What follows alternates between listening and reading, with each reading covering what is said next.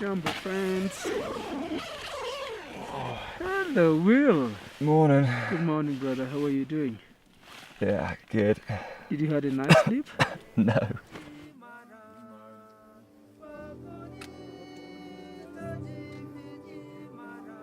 Yeah, summit day is probably physically and mentally the toughest day of my life, actually.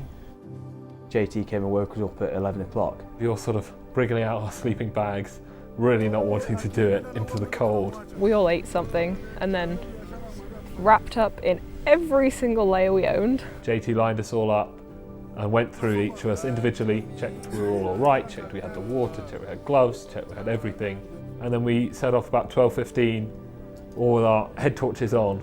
There was this sort of line of people, like a big caterpillar with little lights. It was pitch black, all you could see were the stars. It was so dark that you couldn't tell where you were going, really, or how far you had to go. We were walking up switchbacks and you could see about maybe 4 left and rights up ahead. And then you'd walk those 4 and there'd still be 4 up ahead. You could see the horizon, but you walked to that horizon and that was not the top. It was endless, and it wasn't a matter of covering distance. It was just, can I keep walking until the sun comes up? Because then I know I'll be near the top. And eventually I saw the red line on the horizon, which meant the sun was rising and we were close to Stella Point. Amba, amba, amba, amba, amba. 7:15 in the morning we got to Stella Point and the sun rose as we got there, which was absolutely amazing. Something that I don't think I will ever forget. You're at Stella Point, you can see Uhuru just round the corner, and you know now that you can do it and you've got there.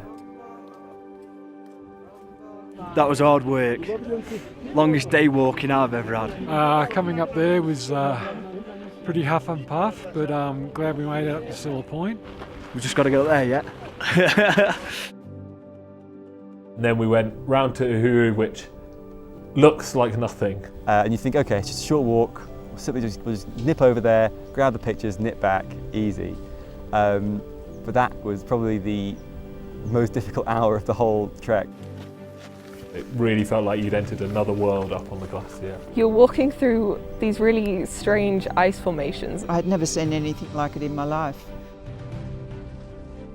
We got to the peak, to the summit of Kilimanjaro at 8:25.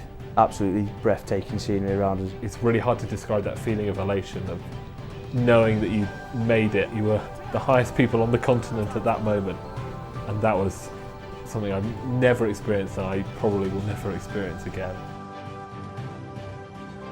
And then it's coming down. So what took about like 6-7 hours to go up took 2 hours to go down. Never have I ever been down a hill so quick and so steep, and it was just so surreal that we'd been to the top of that mountain, 1,200 metres up and then 2,000 metres down in the space of 15-16 hours.